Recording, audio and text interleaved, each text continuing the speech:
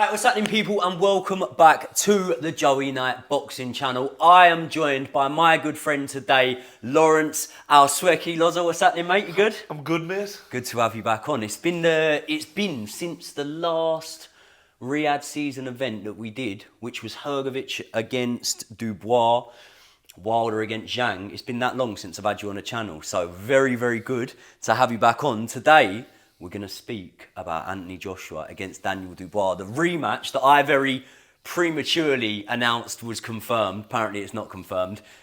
We've heard it on the grapevine out here that the rematch is going to go ahead. If it was to go ahead, should AJ be taking this rematch right now against Dubois? Whether he should, I think he'll want to take it because he'll want the chance to put the mistake right. Because in his mind, knowing AJ the way I know him, he'll think he performed bad. He maybe got the tactics wrong, or he got caught early and just couldn't recover. In going off his performance, in my opinion, it was a terrible performance, and I think the pressure got to him. I think tactically, maybe from him and Ben Davison, it was just all wrong. So I think he really will want to take the rematch, regardless whether it's the right thing to do or not. I think he'll want to take it. What do you think about the whole low lead hand? Because there was quite a lot made of it. Conventionally, you wouldn't say it's AJ's style. However, and this is a really bad example to use, 'cause I'm about to use a fight that he lost in, but against Ruiz in the first fight, he had that low lead hand, and we know how that went that night. And we have seen it from him from time to time. The thing with Anthony Joshua is he's not a fighter, and this is a compliment to him in a way, he's not a fighter that's had that one set style, and he's always stuck to it. We've seen almost like an evolution of AJ, haven't we? From the first Anthony Joshua that came through, burst onto the scene, boxed Dillian Whyte for the British title and whatnot. We've seen what we felt was the full evolution that came to the Ben Davison trained version of AJ, where obviously he was looking back to his best. He was looking a little bit more explosive. He was looking way less tentative than he has in fights, because I think that I would personally say from the first Andy Ruiz fight, the cracks were papered over, but he never really got that confidence in being spiteful back. And despite him having, wins over Pulev by a knockout in the meantime, wins over Otto Varlin, obviously Francis Ngannou, I never really feel like we've seen him back to that spiteful version of AJ. So if he was to take the rematch, what adjustments would he need to make?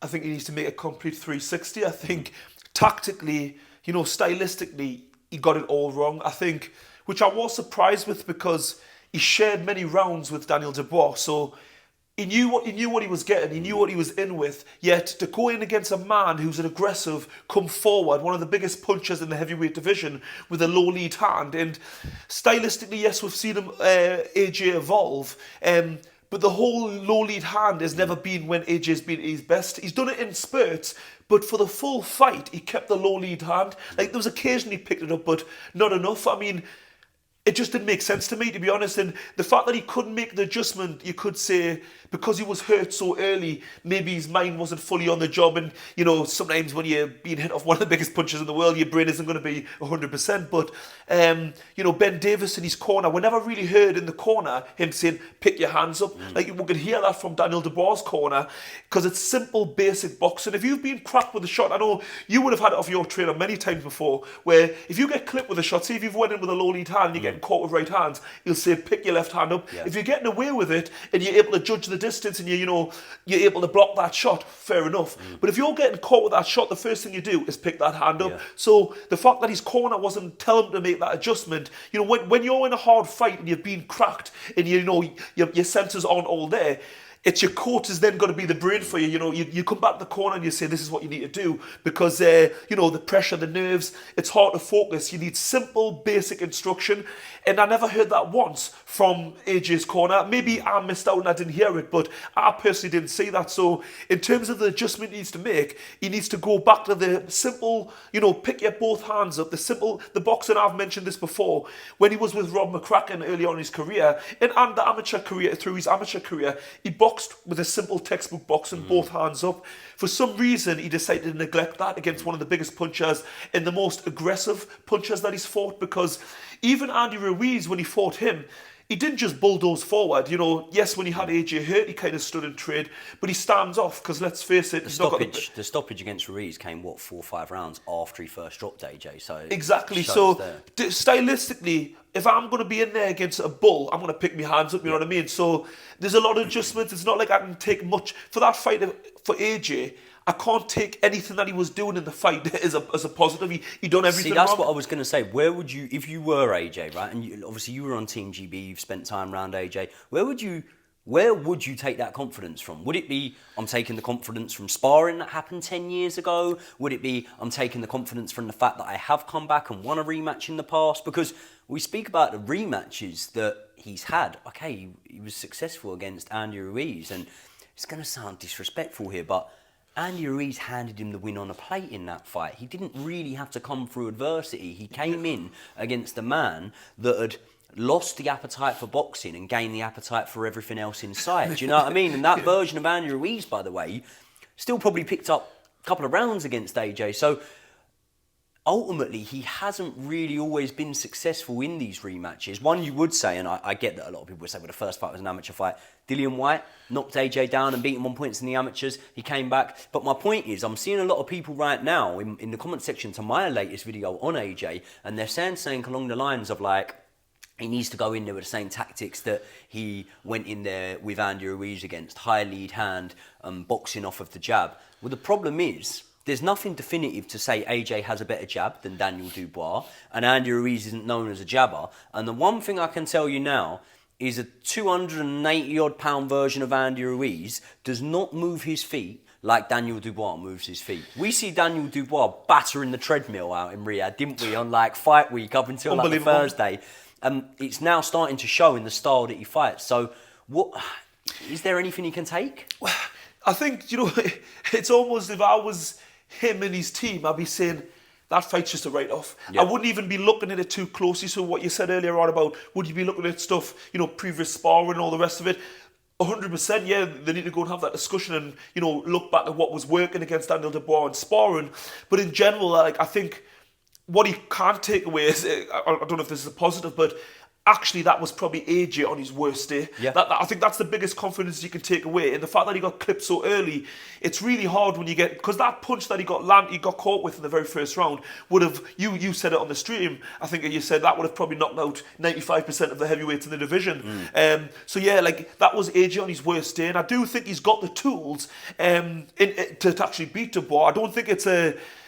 And the thing is with Daniel Dubois, AJ's experienced as a pro and an amateur. He's been in with similar styles like him. Not to say that they're as good as Daniel Dubois, but I'm pretty sure at some stage he's fought someone like him. And Daniel Dubois isn't the most... I don't want to do him a disjustice here, but he's not the most complex fighter. He's pretty basic in what he does. He comes forward behind a good jab and he lets his hands go. He's not got the world's best head movement, as we've seen against Hrgovic. You know...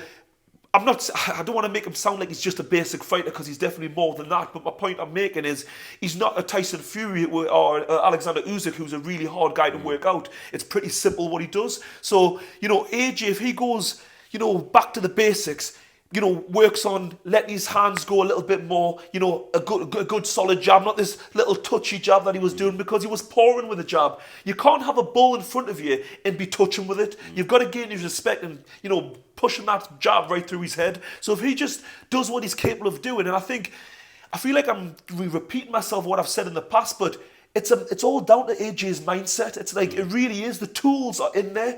Everything's in, you know, it's the proof's in the pudding and the results. Is it still in there? Because the problem is there are a portion of the boxing fans that believes that we could have been reading false data. We could have been looking at the pretty grueling night's work that Francis Ngannou gave Tyson Fury, and then all of a sudden had a false perception in how high regard that win over Ngannou could have been held. Obviously, in the fight before that, he beat Otto Wallin, an ex-sparring partner of his, right? Now, I'm not going to sit and say, oh, it makes it easier because it's an ex-sparring partner, because Daniel Dubois was an ex-sparring partner, he's just lost to him. So you've got to give him the credit where credit's due there. Completely different stylistic matchup. And one thing I would say is, no one can tell me that Otto Wallin showed up for that fight with the same belief as Daniel Dubois did. And in the fights before that, let's be honest, against Hellenius, he looked rubbish until he got the stoppage. And against, what's the fella's name? Jermaine Franklin. Yeah. Against Jermaine Franklin, he didn't look great either. But it was so hard to gauge, and I think that this has been the first time since the Usyk rematch that we've definitively been able to say, okay, this is where AJ's at this moment in time. And even like, to put it into context, mate, look at Dubois against Hrgovic. Hrgovic, you know, his loss has aged quite well to Daniel Dubois It now, really hasn't has. it? It really has. As has Jarrell Big Baby Miller's loss to Daniel Dubois. Both of them, you know, well, Jarrell Big Baby Miller got stopped in the last, but both of them went the scheduled distance. They've both done a better job than AJ, put it that way, yeah, regardless. Yeah, there you go. So is that thing of, okay, it's how AJ approaches this mentally, is that even a factor? Because you might be questioning if he can reach for that tool, but that tool might not be in the toolbox anymore. That's the issue, because this is what you've got to do. You've got to look at, you know, previous fights, previous form. You know, we're looking at Otto Wallen being a previous sparring partner, Dubois being his previous sparring partner. I mean, Daniel and AJ were sparring quite a long time ago, whereas AJ had brought in Otto Wallen recently for the Usyk fight, so it wasn't actually that long ago. But you could be right in what you're saying, and the simple fact is with AJ, that tool's gone missing, you know, because we can't keep on going, you know, if we get his mind right, if he just does this. Like, he's had many opportunities since then, since the first Andy Ruiz loss, to show something. And you're right in what you're saying. He's never really looked the same since. Yes, he's, you know, the Andy Ruiz fight when he fought him in the rematch, he looked a little bit better. But Andy Ruiz, like you said, massively overweight, hadn't trained, he'd been living the high life. So it's really hard to take anything from them.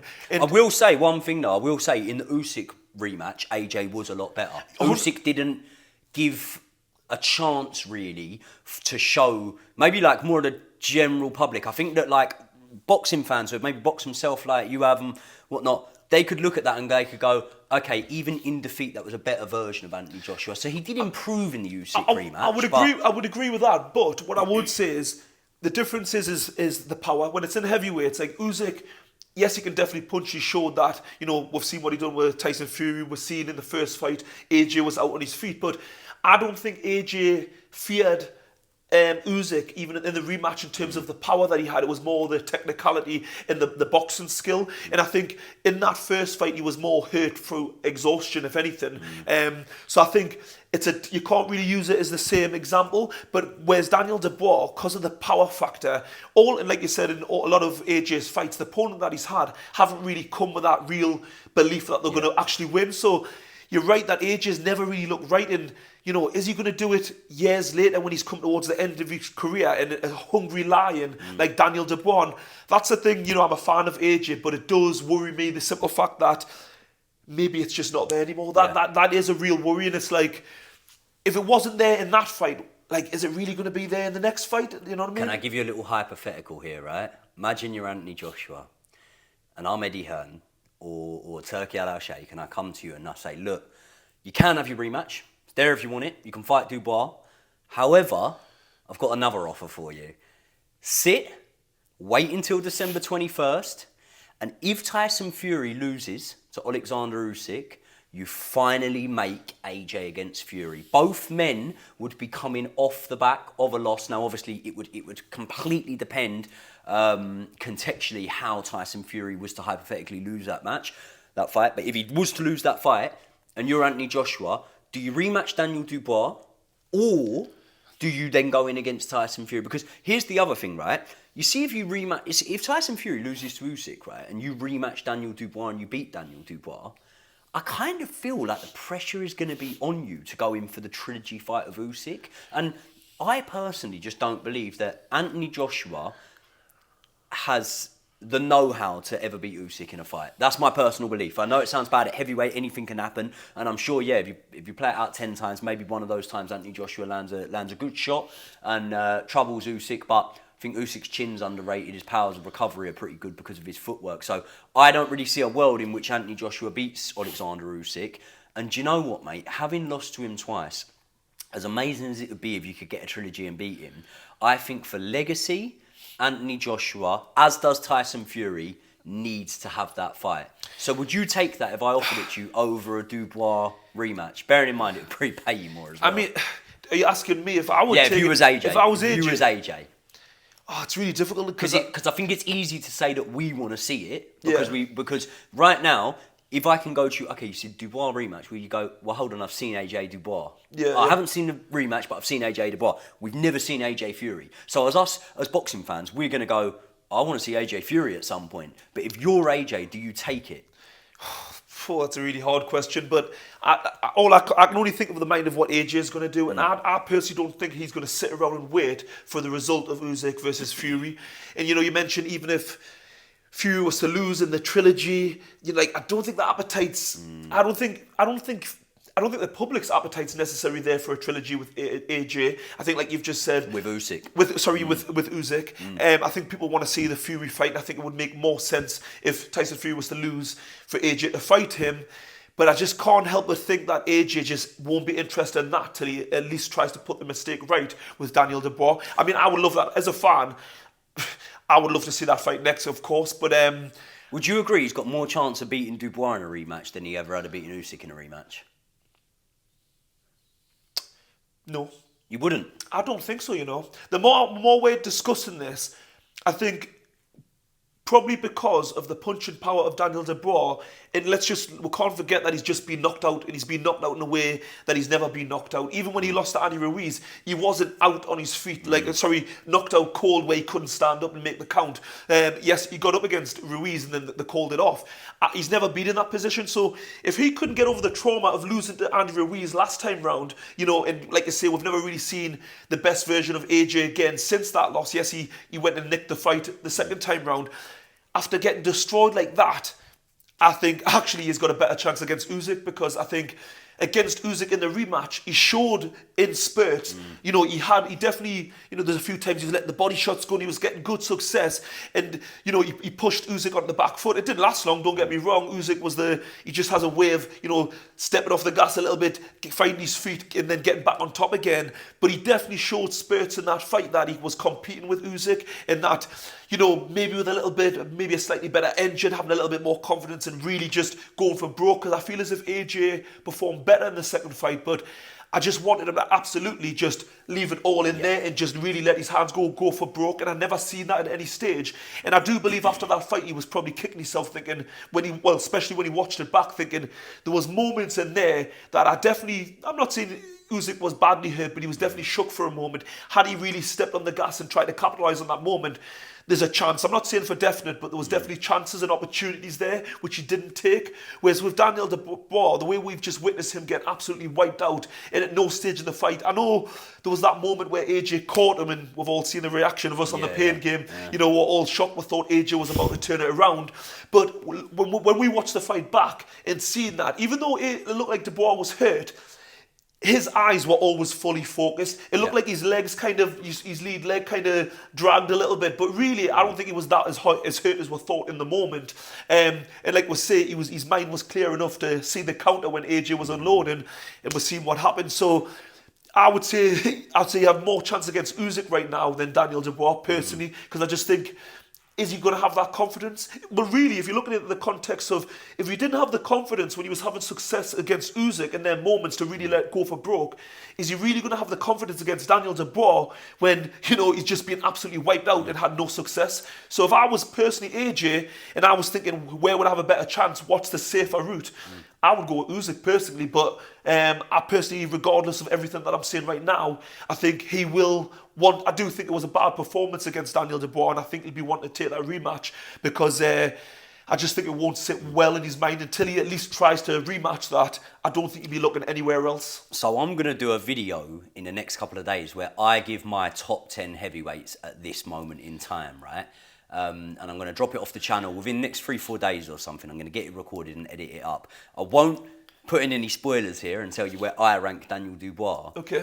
But in your top 10, where would you have Daniel Dubois at the minute? Ooh. Is he still behind Tyson? Because I think you would put him behind Usyk. Is he still behind Tyson Fury and possibly even AJ, or is he second behind Usyk now? So that's a real difficult one, but I'm going to still right now. Oh, do you know what it is? That is a really hard question. I can't decide if I would put him ahead of Fury or not. Would you fancy him against Fury if they fall? Do you know what it is? I really do. I think he's... Do you know what it is? Everybody I've seen Fury in... Well, okay, let's put it differently. I've never seen anybody go at Fury the way I know Daniel Dubois would. Like, you know, when he come out against AJ's a bigger puncher than what Fury is, in my opinion. And, you know, he showed not one bit of fear against Anthony Joshua. He went out there so confident, and maybe that's his age because, you know, that youthfulness, that being a bit naive and just that self-belief. And, you know, coming off the back of some good wins against Hrgovic and Miller, this guy right now has got so much belief. And again, we can't ignore what's just happened with Tyson Fury. So right now, the belief that Daniel Dubois has got, I might even put him... I'm just going to put it out there. I'm going to put him in front of Tyson Fury right now. Put him at number 2. I'm going to put him at number 2. I really am. How can you not? If you look at these last 3 fights alone, Hrgovic, Miller, and Anthony Joshua, and the way he's stopped all 3 guys, how can you not put him? You know, second. You know, I've not really properly thought about it until right now, and my gut instinct and my natural reaction is saying I've got to put him second. I really have.